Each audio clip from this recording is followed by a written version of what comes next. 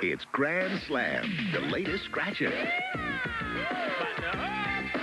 With Grand Slam, you can win up to $50,000 instantly. Or you could go all the way to the big spin, where the prizes are definitely big leagues.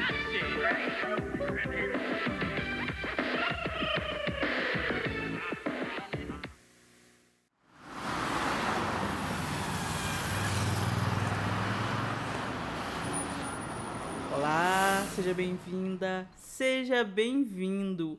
Hoje nós vamos dar um pulinho numa cidade que é palco de atrações variadas, como o Palácio de Westminster, a Tower Bridge e a London Eye. Sim, eu estou falando de Londres, uma metrópole que abriga tantas nacionalidades que estima-se que até 300 línguas sejam faladas em suas ruas. Já a culinária inglesa não é assim tão variada, mas acaba se tornando interessante pelo sabor agradável. E é justamente em Londres, no ano de 2020, que se passa a nossa história. Eu sou Patrícia e esse é o Mundo Cane. Biba Henry e Nicole Smallman eram como a corda e a caçamba, inseparáveis. Biba, de 46 anos, era assistente social e defensora apaixonada de famílias vulneráveis, especialmente das que tinham crianças. Ela era a mais velha de 3 irmãos, filha de Herman Henry, um campeão do boxe, e de Mina Henry, diácona da Igreja da Inglaterra. Biba cresceu num lar artístico e cheio de amor, e em consequência disso tinha muito amor para oferecer, sendo a assistência social uma consequência lógica da sua vontade de cuidar de quem não podia cuidar de si mesmo. Ela foi descrita como uma mulher carinhosa, feliz e energética, e era avó de um menino nascido em 2019. Já sua irmã Nicole era filha do segundo casamento de Mina com um homem chamado Chris Smallman. E apesar de ser 20 anos mais nova que Biba, o amor pela família e outros interesses em comum faziam com que ela fosse muito próxima da irmã. Nicole era uma formanda na Universidade de Westminster e trabalhava como fotógrafa freelancer, tendo uma bagagem razoável em documentários, musicais e peças teatrais. E enquanto Biba era energética, Nicole era tranquila e sensível. Aos 27 anos, estava descobrindo seu caminho no mundo e olhava para a mãe e para a irmã como exemplos de mulheres negras e fortes. Sua vida amorosa também era muito feliz, e ela descrevia o namorado, Adam Stone, como o amor que ela sempre desejou. Em junho de 2020, o mundo estava enfrentando a pandemia do coronavírus. Praticamente todos os países tomaram medidas para deter a expansão da doença, e a Inglaterra não foi uma exceção. Os londrinos sofreram restrições severas no seu direito de ir e vir, e a sociedade como um todo foi obrigada a se adaptar. Mas o planeta continuou girando, e os aniversários não deixaram de acontecer, inclusive o de Biba. No dia 5 de junho, ela fez 46 anos. E ela queria comemorar. Afinal, só se faz 46 anos uma vez na vida. O problema é que as medidas sanitárias vigentes no país não permitiam aglomeração. Então, o que restava era reunir as pessoas mais próximas e ir para um lugar aberto. E foi o que ela fez. Organizou um piquenique com 10 pessoas num parque, o Front Country Park. Lá estavam apenas os amigos mais íntimos, as pessoas realmente especiais na vida de Biba.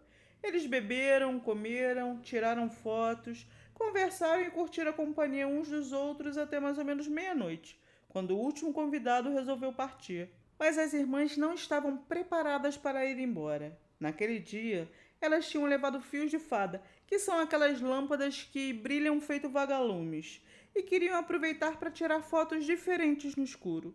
E foi o que fizeram. Elas ouviram música, dançaram e apreciaram a companhia uma da outra. Em uma mensagem para o namorado, Nicole dizia: "Eu estou dançando no parque." Mas ela não voltou para casa, porque nesse momento, sem que elas soubessem, havia alguém espreitando nas sombras. A última foto foi tirada às 1h13 da manhã, e nela as irmãs aparecem olhando fixamente para o lado, como se estivessem assustadas com alguma coisa. E apesar de não ser uma certeza, a polícia acha que foi nesse momento que elas viram um homem espreitando no parque. Um homem que olhava diretamente para elas e que estava prestes a atacá-las. Esse homem era Daniel Hussein. No dia seguinte, as pessoas começaram a sentir falta das duas. O primeiro foi o namorado de Nicole, Adam, que percebeu que ela não tinha voltado para casa e nem respondia suas mensagens, o que não era nada comum. Ele também viu que a conta bancária dela não tinha sido usada e o recurso de localização do iPhone não estava funcionando.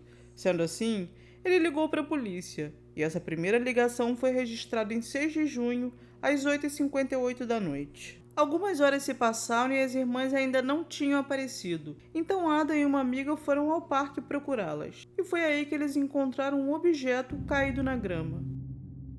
Um óculos de sol que Nicole nunca tirava do rosto. E é claro que o coração, que já estava apertado, se retraiu até chegar ao mínimo, e eles resolveram avisar a mãe das moças, que ficou desesperada e também entrou em contato com a polícia. Mas 36 horas depois do desaparecimento, eles não tinham mandado sequer um policial para investigar no parque. Quem fez esse papel foi Adam, o pai e mais alguns amigos. Eles vasculharam tudo, e com certeza foi difícil, porque é um parque enorme. Mas foram achando objetos, o óculos, uma faca, o travesseiro que elas usaram, até encontrarem o que ninguém queria encontrar. Os corpos das irmãs estavam encobertos por arbustos em uma área não muito distante do local do piquenique. Elas estavam dispostas de uma forma que pareciam fazer parte de um ritual. Tinham inúmeros ferimentos de faca. À 1h18, Adam fez a última ligação para a polícia, dessa vez para comunicar aquilo que nenhuma família devia precisar comunicar um dia. Logo a perícia concluiu que Biba tinha sido golpeada 8 vezes e Nicole 28. Provavelmente porque lutou com o agressor e o feriu, já que eles encontraram muito DNA na cena do crime que não pertencia às vítimas. Levou quase um mês, mas o sistema da polícia encontrou um correspondente para esse DNA, e eles chegaram ao nome de Daniel Hussein. E no dia 30 de junho de 2020, eles o prenderam em sua casa em Blackheath.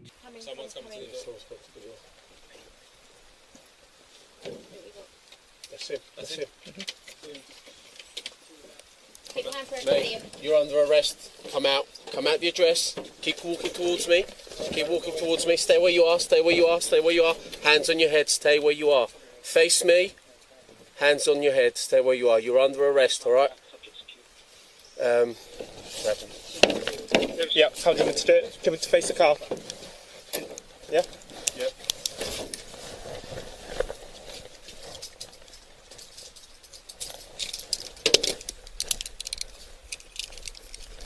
From Uniform Zero, just confirm subject secure. Well, depends on number 6. If you just stay where you are for now. If police aren't with I think I'll be taser. clear in a second. Is there a mum in there? Yeah, there is. Okay, madam, if you come to the door for us, please. Okay. Do you have any injuries? Yeah. Just the wrists from the cuffs? No. Oh. How did that happen? Sorry. How did that happen? Oh, is this the interview? No, that's a question. The injuries on your fingers. What happened there? E quem era ele? Pode-se dizer que Daniel Hussein era o típico esquisitão. Na data dos fatos, ele tinha acabado de fazer 18 anos e era o mais velho de 4 irmãos. Seus pais se separaram no início da adolescência e o lar da família foi descrito como barulhento, com muita gritaria e a presença da polícia na porta 2 ou 3 vezes. Um vizinho disse que o pai, Kamal Hussein, vivia preocupado com a possibilidade do filho andar com as pessoas erradas. Antes do crime, ele cursava o ensino médio e frequentava um preparatório para a faculdade, no qual aparecia raramente. Parece a descrição da vida de um jovem normal, mas só parece mesmo, porque aos 15 anos, Daniel foi alvo de um programa do governo inglês para combater o extremismo, o Prevent. Nessa época, ele foi denunciado pelo diretor após ter acessado material de extrema-direita no computador da escola, e a partir daí, foi colocado numa lista de indivíduos que tinha risco de aliciamento pelo terrorismo. Daniel foi dispensado do programa em maio de 2018, mas parece que a ideologia extremista tinha entrado tão a fundo que as medidas externas não tiveram muita eficácia. Segundo suas próprias palavras nos fóruns da Deep Web que frequentava diariamente, ele se considerava um ariano orgulhoso. Depois de sua prisão, a polícia encontrou no seu computador propaganda de extrema-direita e pesquisas relacionadas ao satanismo e ocultismo. Também acharam no seu quarto muito material impresso. E é aí que a história começa a ficar realmente bizarra. No quarto de Daniel havia muitos símbolos de ocultismo e também um contrato que ele firmou com um demônio chamado Lucifúdio Rofocale, que foi assinado com seu próprio sangue. Nesse contrato, ele se comprometia a matar 6 mulheres como um sacrifício para Lucifúdio Rofocale. Em troca, o demônio faria acertar na loteria. O contrato também estabelecia que ele não seria preso e nem alvo de investigação da polícia. 3 dias antes de tudo acontecer, Daniel começou a se preparar para cumprir o acordo e comprou um conjunto de facas. Acredita-se que na noite do crime, ele tenha ficado muitas horas à espreita no parque e viu uma oportunidade de agir quando viu os convidados da festa de Biba partindo. E a única coisa que o impediu de matar mais mulheres foi a reação de Nicole, que fez com que ele se ferisse com a faca e acabasse sofrendo um corte profundo na mão. Se ela não tivesse reagido, a polícia acredita que ele teria matado mais pessoas. Depois de cometer os crimes, Daniel voltou para casa e gastou 260 libras em bilhetes de loteria. Nenhum deles foi premiado. Desde o momento em que foi preso, Daniel negou as acusações e, mesmo após ser confrontado pelas evidências, continuou negando ser o responsável pelos crimes. Basicamente, o julgamento foi uma sopa no mel para a promotoria, porque ele simplesmente se recusou a apresentar provas em sua defesa. E sua atitude foi tão desrespeitosa que irritou bastante quem estava presente no tribunal, inclusive a juíza Philippa Whipple. Embora o sistema inglês não permita que fotos e vídeos sejam feitos durante o procedimento, nós temos algumas imagens e alguns relatos. E eu vou te dizer, mesmo os piores criminosos se arrumam um pouquinho para as audiências, em parte por respeito ao tribunal e em parte por querer passar uma imagem melhor. Mas não Daniel. Ele chegou num casaco esportivo, ficou o tempo todo olhando para tudo com cara de desprezo e encarando com deboche a família das vítimas. E quando estava entediado, fazia essa posição na cadeira do tribunal. Pois é, ele achava que o diabo o livraria das consequências, mas para o seu azar, o diabo deve ter esquecido de cumprir sua parte no acordo, porque pelas mortes de Biba e Nicole, Daniel pegou prisão perpétua sem possibilidade de condicional no período mínimo de 35 anos. As mortes de Biba e Nicole geraram consequências maiores do que a condenação de Daniel Hussein. Em primeiro lugar, provocou um grande questionamento sobre a omissão da polícia londrina, que não fez absolutamente nada para encontrar as irmãs.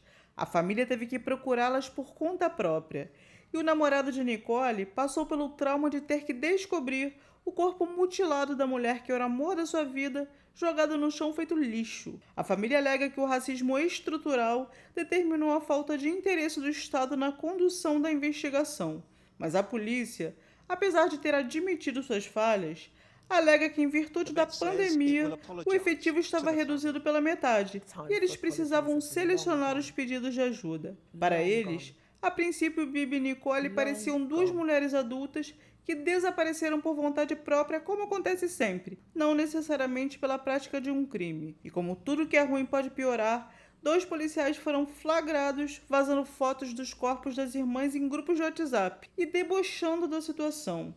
Uma sindicância para apurar o comportamento dos oficiais foi aberta, e as consequências para os 2 foram graves, mas o estrago já estava feito, porque as fotos do crime vazaram para a internet e machucaram ainda mais a família, que já estava enfrentando um momento indescritível de dor.